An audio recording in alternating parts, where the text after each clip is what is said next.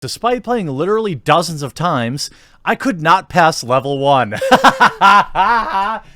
Classic video game journalist here. What's going on, everyone? Jeremy here from The Quartering, and we've got a new, hilarious video game out on the market, and I want to cover one of my favorite things, and that is double standards or hypocrisy. They often intersect, and just the way that this particular video game is being covered versus, let's say, a polar opposite game. Now, you're going to have to switch some words around as usual. So you'll figure out who I'm talking about, but we're going to call them Quifta. And we're going to see what we've got. Now, a new video game coming out glorifying the LARPers, who are often several hundred pounds overweight, millennials with iPhones who do such heroic things as throw trash cans through windows at Starbucks, wear masks, and strike people over the head with a bike lock. You know, the normal heroic things, fighting this fake boogeyman that they've thought up in their infinite free time, because they haven't been able to find gainful employment via their gender studies degree. Now, Vice Video Games, which is the new Waypoint, is highlighting a Quifta, the video game, wants to teach gamers about anti-fascism. I can't wait. A new game lets players fight a ridiculous caricature of Drumpf, but nevertheless is backed by serious politics. Now, this entire article is worshiping the game, talking about how amazing and important it is. You know, and we all know if the situation were reversed, you'd get articles like this. Anger over sick video game that allows you to play as Drumpf, taking down feminists and Quifta and immigrants. So we get it. My position is this. Video games are an art form, and all of them should exist, including this stupid game. I have infinite freedom when it comes to video games. I don't have to play it. I don't have to enjoy it. I don't have to cover it. In fact, covering it for me is more of a, let's point out how the media interacts with different video games when it's the approved narrative and those that are not approved. Welcome to Dumpland, where Humble Dumpty reigns supreme.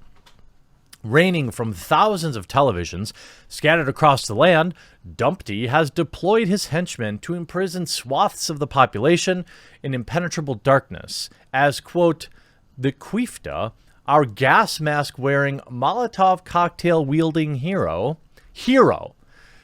you know what you must do. Free the people by smashing Dumpty's TVs and crushing, literally, his prison guards by jumping on their heads.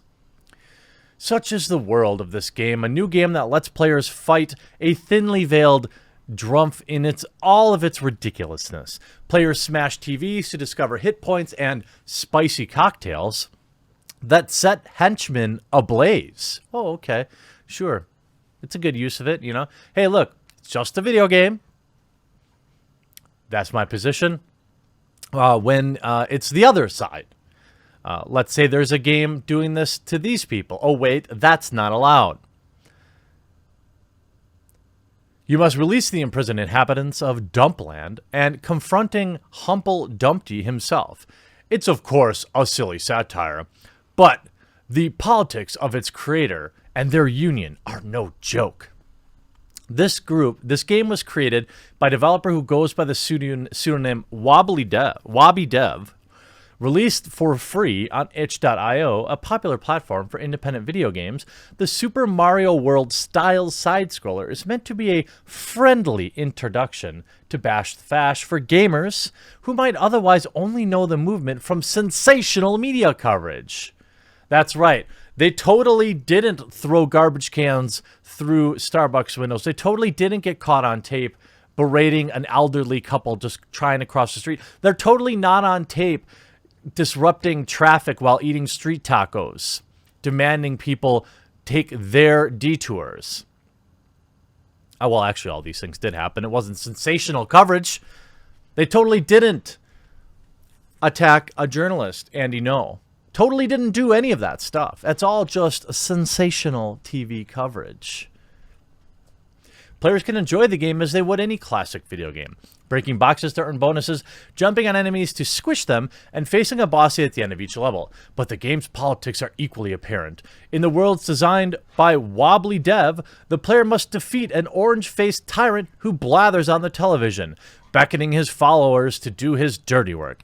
It's not a far cry from what these LARPers across the United States have been saying since 2016, namely that Drumpf is fueling a new wave of fakeness, of fascism that must be confronted by everyday people if it's going to be defeated.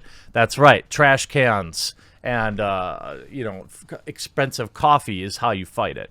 The game connects to my politics as much as I am an anti-fash, says Wobbly Dev. Anyone who is not pro-fash should be able to proudly announce that they're anti-fash. This is exactly the same, like, baloney that you're either with us or against us. Oh, do you believe in equality for women? Then you're a feminist. That kind of crap, like super reductive thinking. It's for the low IQ. It's the type of words you use for people looking to be a part of something, and they don't care what that thing is. They just want to be a part of it. A slightly less obvious reference can be found in its opening credits. Before the start screen, here Wobbly Dev includes the motto and logo of the Industrial Workers of the World, an international labor union of which they are a member and delegate. The IWW members are also known as Wobblies, hence Wobbly Dev's pseudonym.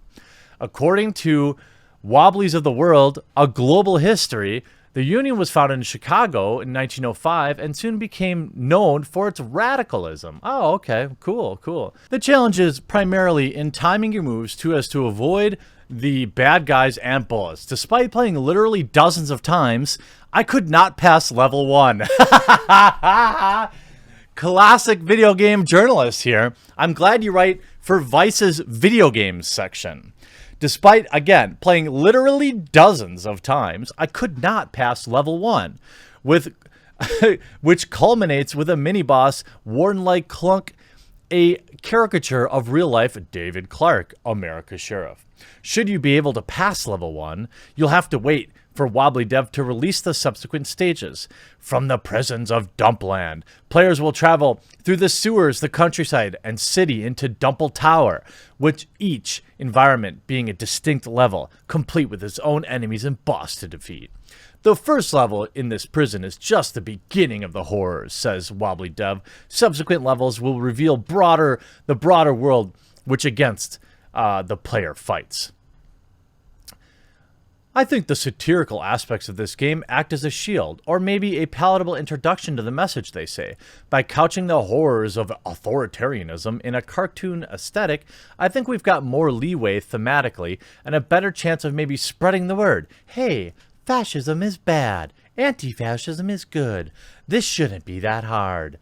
Yes, join our group of overweight land whales who wear masks and attack people when their backs are turned. What a heroic group of people that have done literally nothing since their inception.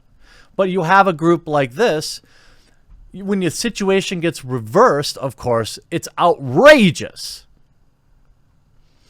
Jesus Strikes Back Judgment Day is a PC shooter that allows you to play as JC alongside a number of figures beloved by the AR, including Drumpf, Adolf, Vladimir, Yar, Bolsonaro, Pepe, and Breton Tarrant. I don't know. Oh, that guy.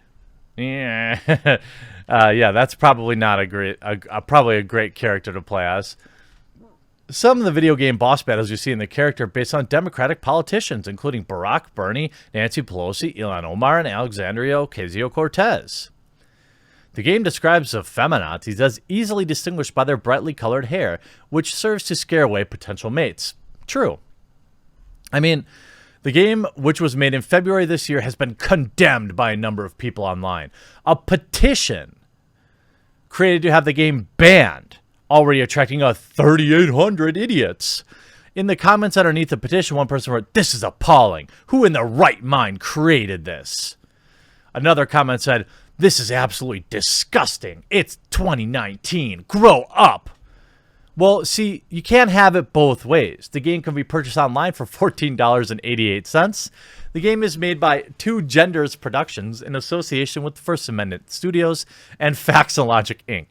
A disclaimer on the game's website stresses that it's satire and it should not be read as a political statement. It's a parody. It cannot be emphasized enough. Despite this, the forum features a number of discussions among players games such as white males are the most oppressed minority. Well, they are. I mean, gamers, technically. But, I mean, this is the polar opposite of the same thing that this game's trying to do, right? Okay. But one is outrage and the other is showered with praise. Shocking, isn't it? Hey, I think both games should exist. They're both just video games, but it's interesting to see how the media spins it. Hope you enjoyed this video. We'll talk to you again real soon.